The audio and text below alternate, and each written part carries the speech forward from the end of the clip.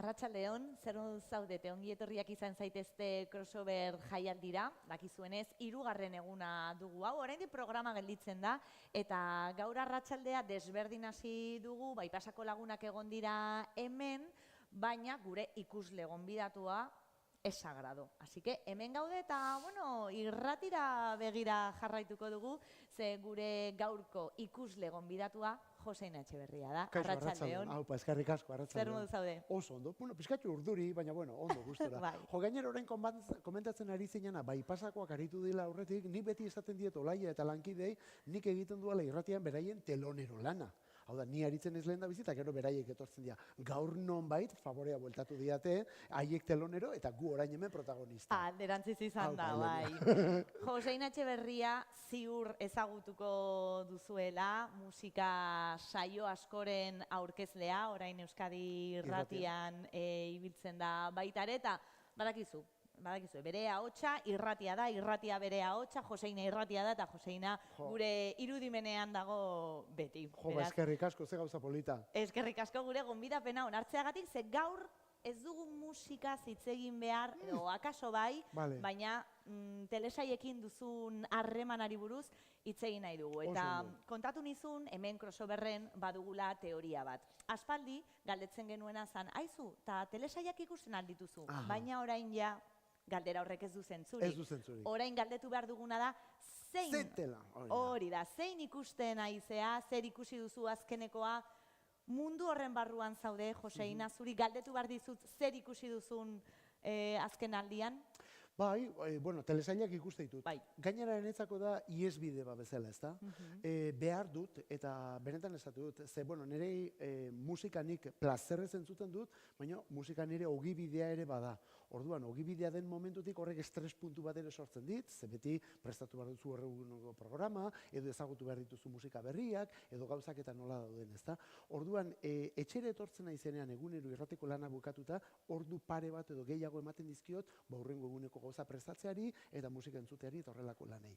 Hori bukatzen duanean orduan pasatzen naiz telesailetara. Bueno, normalean, zete izatitut momentu batzukola erabate engantzatuan agonak, eta ja lanean ari naizenean ere telesaila horre dukitzen dute. Hor duzu. Baina bestela niretzako da deskonexio bat bezala, ezta? Eta jo, benetan behar dudan deskonexioa da. Eta telesailen batez baldin bada, egunero ikusiko dut pelikularen bat. Ez beti berria, eta esan nahi duanean ez berria, ez dut esan nahi 60ko hamarkadako edo eta 2000ko pelikula bat ikusiko dudalako. Ez, agian da, aurretik ere ikusia dudan pelikula bat. Eta ez agian behin baino gehiagotan. Berri ikusten duzu. Baina ez zait inporta errepikatzea. Ez hori bakarrik Ilenia, behin baino gehiagotan gertatu zait, pelikula bat ikusten hasi, agian ordu erdi bat eraman pelikula ikusten, eta bapatean konturatu. Aiba, hau ikusita daukat. Orduan esatu, ja, ez ditut memorizatu egiten. Halako necesidad eta deskonexio puntu honetan, ezta? Eta jo, telesailak hori dian niretzako. Niretzako dia deskonexioa. Orduan ikusten ditut oso gauza bariatuak, ezberdinak, denetarik saiatzen ez ikusten. Ze ondo. Hori ezagutu nahi dugu, baina dakizunez, ikusle gonbidatuan gustatzen zaigu halako biografia bat egitea. Bai, perfil bat, orduan. Soslaia. Bai, zu txikitan zer ikusten zenun? Ze telesail gogoratzen dituzu, Joseina? Zeintzuk izan dira zure lehen da biziko telesaiak? Bueno, badakizu horrelako gauza bat esaten duzun bakoitzean ja gutxi gara bera zeure urteak ere agerian uzten dituzun. Zure edadea agerian uzten dituzun da, bai. Bueno, ez dago problemarik kasu honetan. Ja, nabaria da urte batzu badauzkagula eta. Bueno, jo, ni hasi nintzen, helenago komentatzen aritu garena Pantera Rosa, bezalako telesail batekin, edo ez dakit bere garaian Heidi, Marco, eta batez ere ikeragarri markatu ninuna gazte urteaietan Mazinger Z, ez da?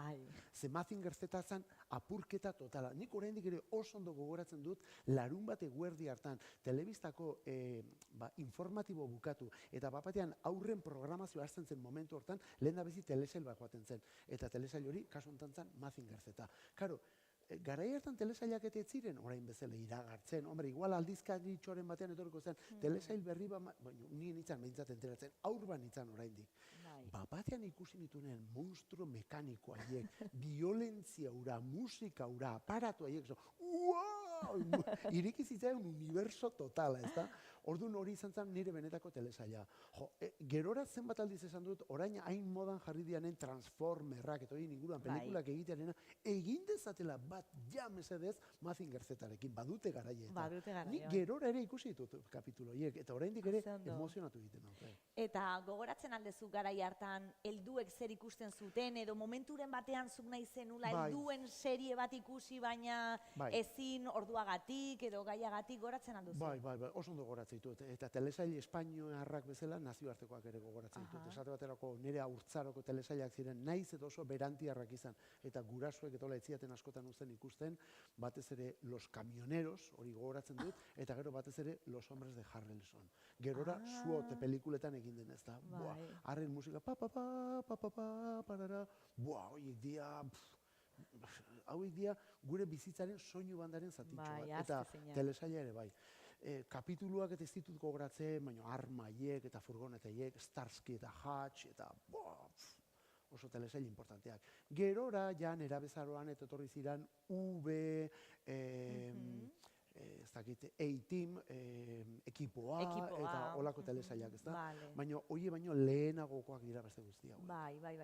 Eta beti esaten dugu, ez? Badago momentu bat telesail horiek ikusteko modua aldatu egiten dela, normalean Lost telesailarekin gertatu zela esaten da, horretan harrapatuta egon alzinen zu, Joseina?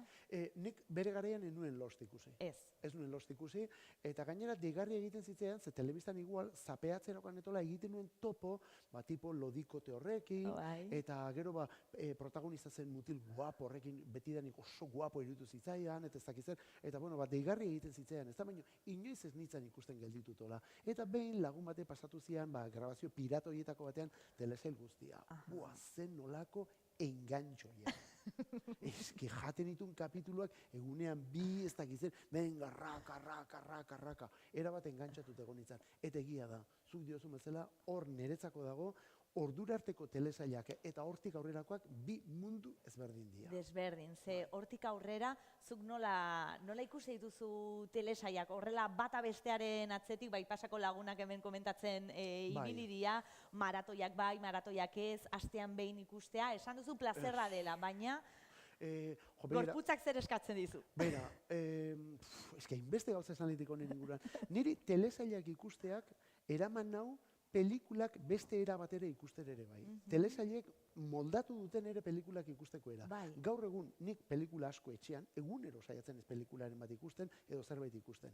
Eta pelikulak igual egunean ez dut bat osoa aguantatzen. Ze ja berandu xamarrazten baldin bazara ikusten, egun osoa lan egin datola, ja neke puntua baldin bakozu, hombre, oso intensua baldin bada, akzio pilo batekin eta egoten zaran, gerra batean etola. Baina erori aldi bat baldin badaukola oso tipikoa da, lokartu egiten zarat igual 5-10 minutu galdu dituzu. Nik ez dago problemari pelikula hori gelditu, ohera joaten naiz eta urrengo gunean ikustut. Ez hori bakarrik, urrengo gunean lanean ari naizenean gogoratzen du, bihar daukat pelikula, gaur iluntzen daukat pelikula horren bigarren zatia, ze ona. Benetan emozionantea da hori ere. Eta gero gaina errepikatu behar baldin bada pelikula gustatu egintzen delako, berriz errepikatuko dut, inongo arazorik gabe. Eta orduan horrela ikuste ditut. Eta gero, nola telesailak eta ikusi? Era ezberdinetan ikusi ditut. Batzuk ikusi ditut kapitulo bera behin baino gehiagotan errepikatuz. Esate baterako horren adibiderik onena neu askotan harrituta. Bigarren kapitulora pasaurretik agian lehendabizikoa ikusi nun 2 edo 3 aldiz. Eta gerora berriz ere ikusi dut. Hori gertatu zait Chernobyl telesailarekin. Oso telesaio ona da hori bai.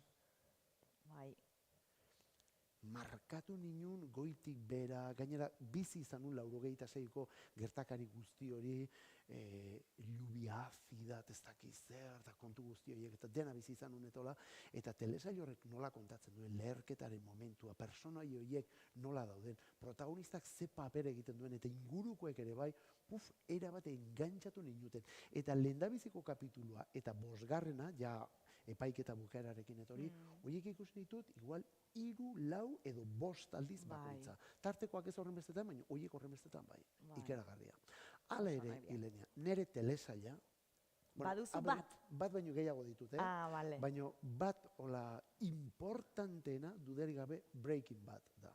Hori da, bai. Onartzen dut, enaiz bat ere originala honetan, badakit mundu guztiaren telesaila dela eta guzti hori, eta honen inguruan ere anekdota batzuk eta kontatuko ditut, baina hori da nire telesaila. Eta telesail horretan, 5 denboraldi ditu, eta denboraldi bakoitza gainera da, ez dakiz zenbat kapitulokoa, ikusten dituen egunero 2-3 kapitulo, egunero, zan ikeragarria. Eta gogoratzen dut oso ondo, azken egunerako nola esan nuen, bueno, ja geratzen dira azken 2 kapituluak. Vale. Eta jarraian ikusiko zenitun, Horiek jarraian ikusi nituen. Eta ez hori bakarrik, azken aurreko ikusi nuenean geratu zitzaidan sensazioa da, minutu batzuk eman izkion neure buruari esaten nuen. Hainbeste frente uzten ditu honek irekita, hau kapitulo bakar batean itxiko ote dute, ondo itxiko ote dute, ze esate baterako, Lost telesailaren inguruan beti hori da kritika, oso gaizki bukatzen dela, ez da? Ez da nire kasua, ez da nire kasua. Baina beti hori esaten da, hau ondo itxiko ote dute, ze bukaera. Ze bukaera eta ze momentuak eta guzti hori, ez da?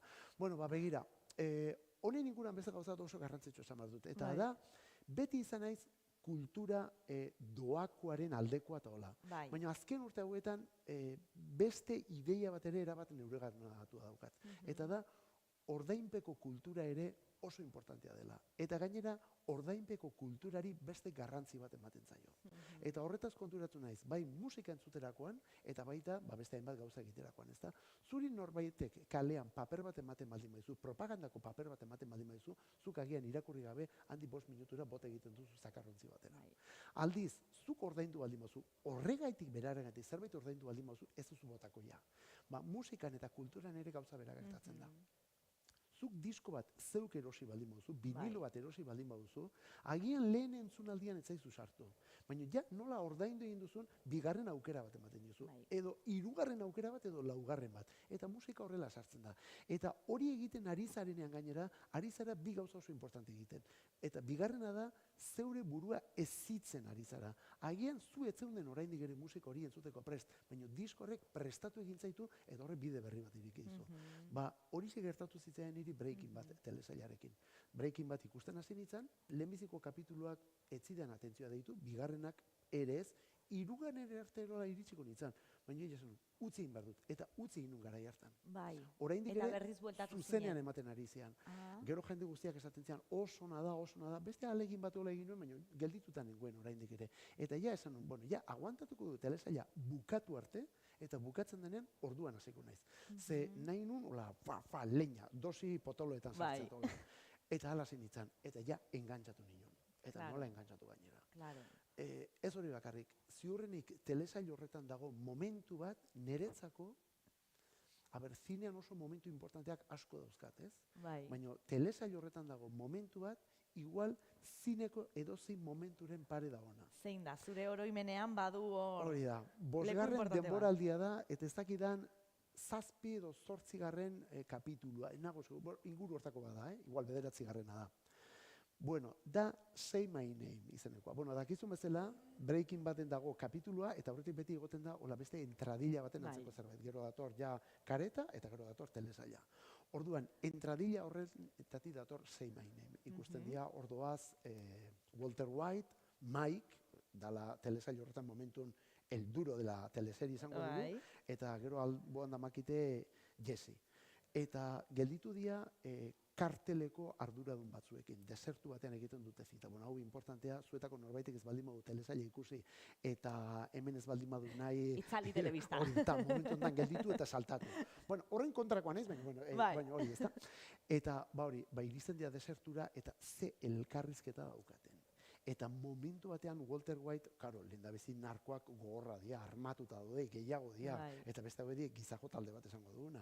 Eta azten dira egurre ematen etola, baina momentu hartan azten da Walter White gora eta gora espitxarekin, eta ikusten duzu bat azten ari deneran nola doan txikitzen beste, ezta? Eta momentu batean esaten dio, nor zara zu galdetzen dio kartelekoak.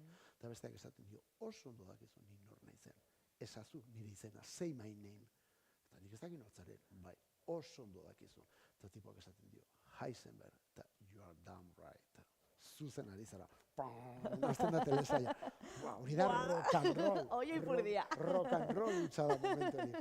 Ze ona, Joseina. Aizu, orain komentatu duzu importantea den zerbait telesaien unibertsoan edo bere ohituretan, eta da jendea, ingurukoen gomendioak. Nola eramate dituzu zuk hoiek? Ze batzutan, egia da, telesai asko daude, baina batzutan badago bat, orain ikusi behar da, eta mundu guztia dago zure atzetik, baina igual zu beste bat ikusten naizea, ez nola bizi duzu hori? Kasu egiten dezu, moda ez zaizu importa? Ez, asko importa zait. Asko importa zait. Eta begira, hori da azken urte hauetan kulturari ikusten diodan beste gauzetako bat. Horren beste plataformarekin, eta plataforma, esan nahi du, telebista plataforma edo musika plataformarekin etola, ari gara bakoitze bere uniberso txikietan bizitzen. Eta nik kulturan kriston garrantzia ematen dio lurralde amankomunari. Eta lurralde amankomuna niretzako da bai irratiaren eta beste kulturaren inguruko hainbat gauza batzen dituena. Eta benetan garrantzia ematen diot. Behar dugu zerbait norbaitekin konpartituko duguna. Nire biziko ilusiorik handienetako bada musikero batekin elkartu eta berak niri konpartitzea bere musikak zeintzu dian. Edo nik norbait disko bat daukadanean eta nagonean maiteminduta disko horretaz, norbaiti hori erakutsi beharra daukat.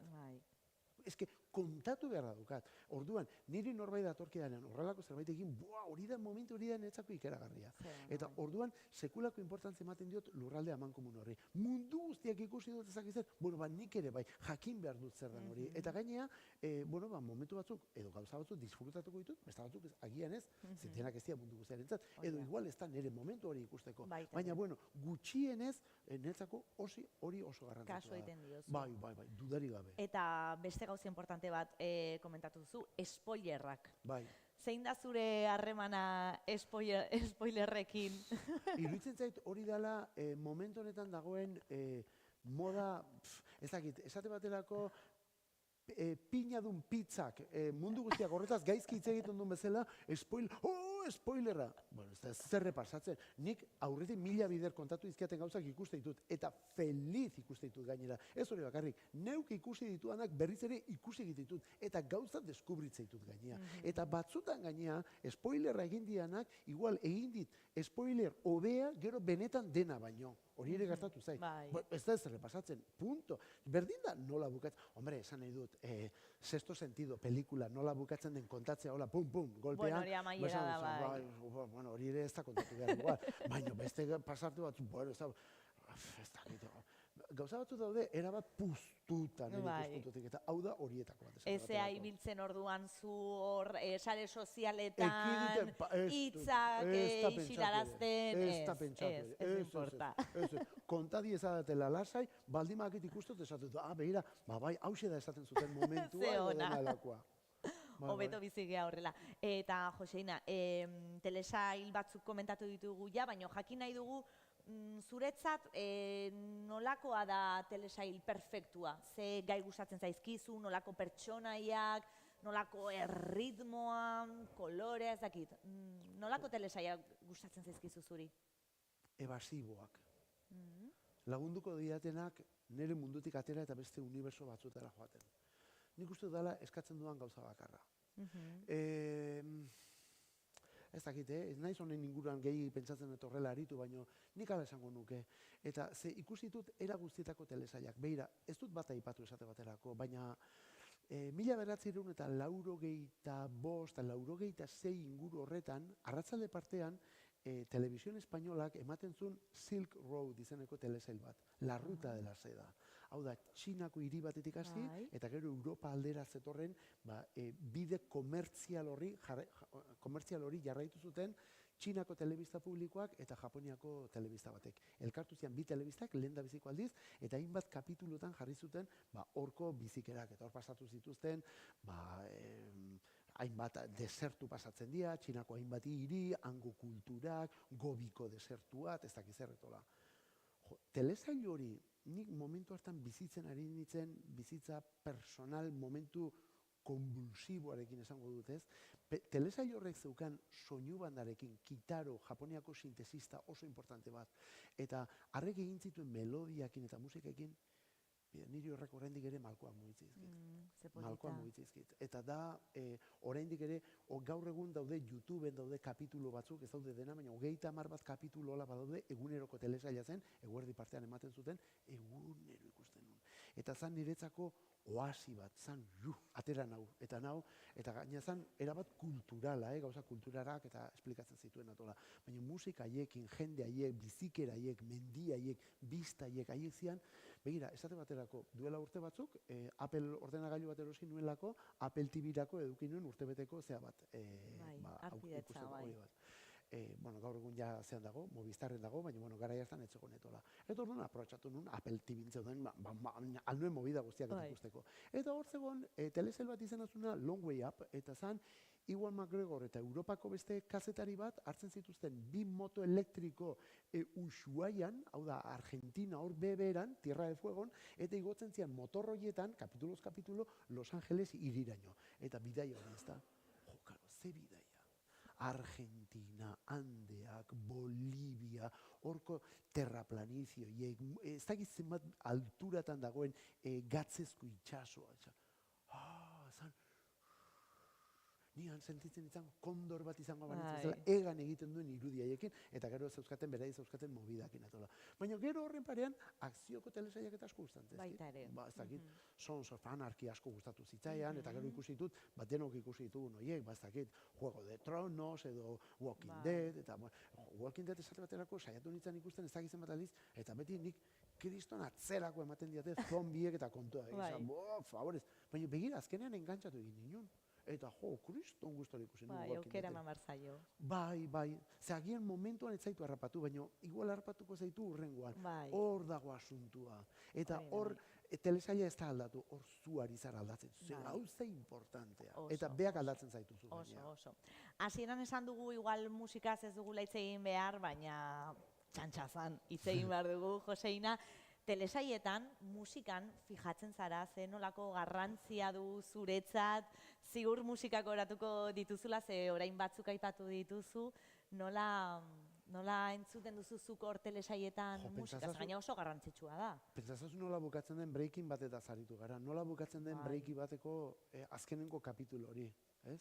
The Finger taldearen klasiko mundial horrekin, claro, nik hori nuen espero, ni taldea ezagutzen nuen eta kantu ezagutzen nuen, eta bapatean tipua hanlurrean odoretan kantu hori azten den zanu, ja hiliteke zati, hau den moment, edo behira, aipatzen aritu garena, esate baterako Txernobil telesailaren azken kapituloan bukaeran dago, alako argazki batzuketola, eta kontatzen da, telesail horretako personaia bakoitzak zer daramakien errealitatetik eta zer daramakien fikziotik. Edo esate baterako, ospitalera gesten dituztenean, zentraleko hainbat erropak nola handauden oraindik ere. Hori ematen ari bian bitartean dago Europa ekialdeko musika bat.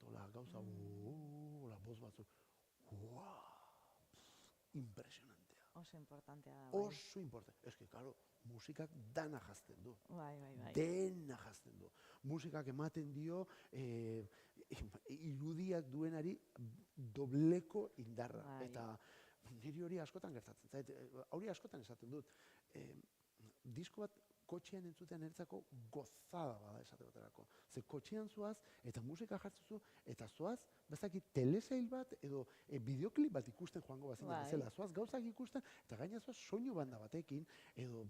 Asko zobeto, zure bizitza bideoklipa da. Bai, dudarik gabe. Ametsa.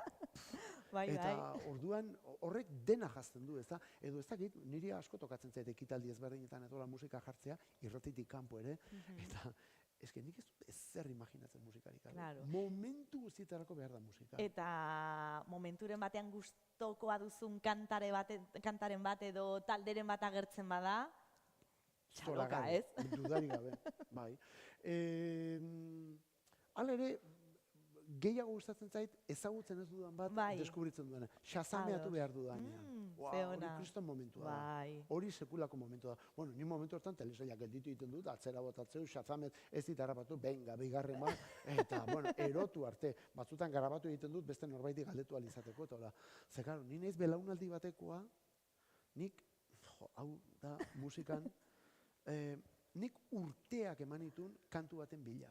baina urteak eman dituen bizitza bai. Garai hartan, karo, ez zegoen Shazamik, kantu bat entzutun zenun, eta etzinan hori kantatzeko gai, etzinan hori inon topatzeko gai, eta orduan, kantu hori bat zegoen, ze kantu ote da hau, ezta? Bueno, hori da Roberta Flacken The First Time I Saw Your Face, ez? Zure aurpegia lehenbiziko aldiz ikusi nuena. Roberta Flacken kanturik ezagunena da Killing Me Softly. Baina, bueno, Killing Me Softly horrez gain urrengo urtean egin zuen beste hau, eta baita bombazo bat izan zen. Claro, nik ni idea. Eta, bueno, nik kantu hori barruan neukan melodi hori, ze kantu etzana da, hola da, eroria, eta hola tezan, ze kantu, eta pasatu nituen, eta behin, irratian nikoan pasillotik, eta kontrol batean ari zian zerbait grabatzen, eta kantu hori entzun.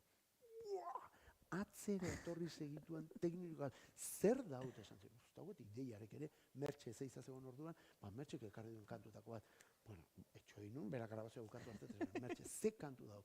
Eta hori da Roberta Flacken kantu bat eta urteak pasatu ditut kantu hori. Bai, Aizu eta, bueno, demora amaitzen nahi zaigu, baina bi galdera ditut zuri egiteko, eta bat da, igual zinean gertatu izan da, ez? Gainera orain dela gutxi ikusi dugu Bob Dylanen pelikula estrenatu dela, baina serietan igual ez da hainoikoa. Zuri gustatuko litzaizuke talderen baten edo abeslari baten edo horrela musika inguruan telesailen bat egitea edo ikustea? Mazinger Zetaz gain, ze telesai eskatuko dugu gaur hemen. Hola, ze talderen inguruko telesaila, ez da? Bueno, hortan sorpresak izaten dira, ez? Esate baterako ez dakit, egin zuten pelikula bat, badago talde bat, lehenko batean galdetu diote Tom Morello, Rage Against the Machine taldeko gitarristari, da metalaren barruan azken urte hauetan era bat revoluzionatu du tiponek gitarra jotzeko era, scratchekin, eta gero erabiltzitun guagua eta efektuekin eta horrela. Eta berari galdetu diote zeintzu dian metalaren historiako 10 diskorik importantenak. Eta berak egin du bere zerrenda hori, ezta? Eta lehen da bizikoan jarri du esate baterako UFOren Strangers in the Night, eta gero berago daudea Iron Maiden, baina ez diageri ez Metallica, ez Black Sabbath, eta holako pilo bat ez diageri. Eta bigarrenean dauka Motley Crue taldea. Eta Motley Crue da niretzako etzek baterik gustatzen talde hori, inoiz etzat gustatu.